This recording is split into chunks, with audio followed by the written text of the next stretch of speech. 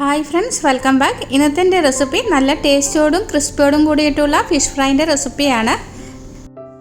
ഇതൊരു 300 ഗ്രാം മീനുണ്ടാകും. സൂത വെച്ചിട്ടാണ് ഞാനിത് തയ്യാറാക്കുന്നത്. ഇത് ഏത് ഫിഷിനും യോജിച്ച ഒരു ചേരുവ കൂടിയാണ്. എന്നാൽ വീഡിയോയിലോട്ട് പോകാം. ആദ്യം തന്നെ മീൻ നന്നായി മുറിച്ചിട്ട് കഴുകി വൃത്തിയാക്കി എടുത്തതാണ്. ഇതൊരു 6-7 പീസ് ഉണ്ടാകും. ഇതിലേക്ക് 1 ടേബിൾ സ്പൂൺ കാശ്മീരി മുളക് പൊടി ചേർത്ത് കൊടുക്കാം. 1/4 ടീസ്പൂൺ മഞ്ഞൾപ്പൊടി, 1/2 ടീസ്പൂൺ ഗരം മസാല. ഇതിലേക്ക് ഇനി 2 ടീസ്പൂൺ ചില്ലി ഫ്ലേക്സ് ചേർത്ത് കൊടുക്കാം. 1 ടീസ്പൂൺ വിനാഗിരി ഒഴിക്കാം. 1 ടീസ്പൂൺ നാരങ്ങാനീര് കൂടി ചേർത്ത് കൊടുക്കാം. വിനാഗിരി ഒഴിച്ച് എന്ന് വെച്ചിട്ട് ചെറുനാരങ്ങാനീര് സ്കിപ്പ് ചെയ്യരുത് കേട്ടോ.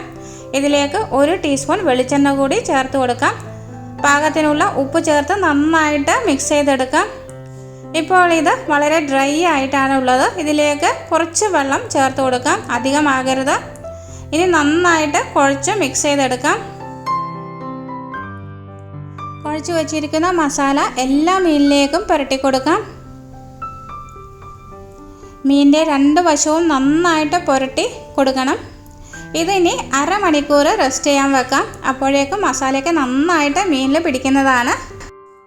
ഇനി ഒരു പാൻ അടുപ്പിലേക്ക് വെക്കാം. നന്നായി ചൂടായതിന് ശേഷം ഇതിലേക്ക് വെളിച്ചെണ്ണ ഒഴിച്ചു കൊടുക്കാം. ഒരു 3 ടേബിൾ സ്പൂണോളം വെളിച്ചെണ്ണ ചേർത്തിട്ടുണ്ട്. ഇതിലേക്ക് കുറച്ച് കറിവേപ്പില ചേർത്ത് കൊടുക്കാം. 1/2 ടീസ്പൂൺ പെരിഞ്ജീരകം കൂടി ഇട്ട് കൊടുക്കാം.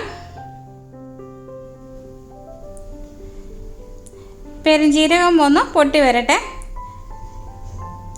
ഈ ടൈമിൽ നമുക്കിനി മീൻ ഓരോ കഷ്ണവും ഇതിലേക്ക് വെച്ച് കൊടുക്കാം.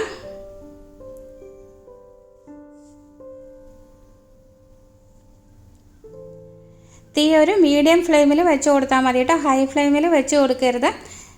ഇപ്പോൾ ഒരു 4 മിനിറ്റ് കഴിഞ്ഞിട്ടുണ്ട്. ഒരു വശം നന്നായിട്ട് മുരിഞ്ഞിട്ടുണ്ട്. ഇതൊന്ന് തിരിച്ചിട്ട് കൊടുക്കാം.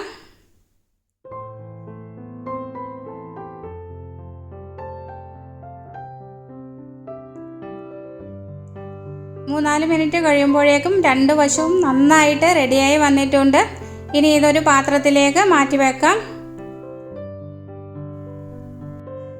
ഇതേമാതിരിയുള്ള മീൻ മസാല എല്ലാ മീനിനും ഉപയോഗിക്കാവുന്നതാണ്. എപ്പോഴും ഒരേമാതിരി ചെയ്യാതെ എപ്പോഴെങ്കിലുമൊക്കെ നല്ല വ്യത്യസ്തതയോട് കൂടിയിട്ട് ചെയ്യാൻ ശ്രമിക്കുക.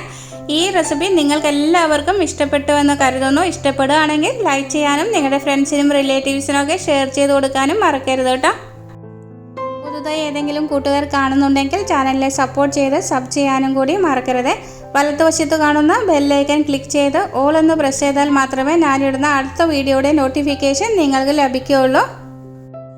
അടുത്ത നല്ലൊരു വീഡിയോയുമായി വീണ്ടും കാണാം. Thank you for watching. Bye bye.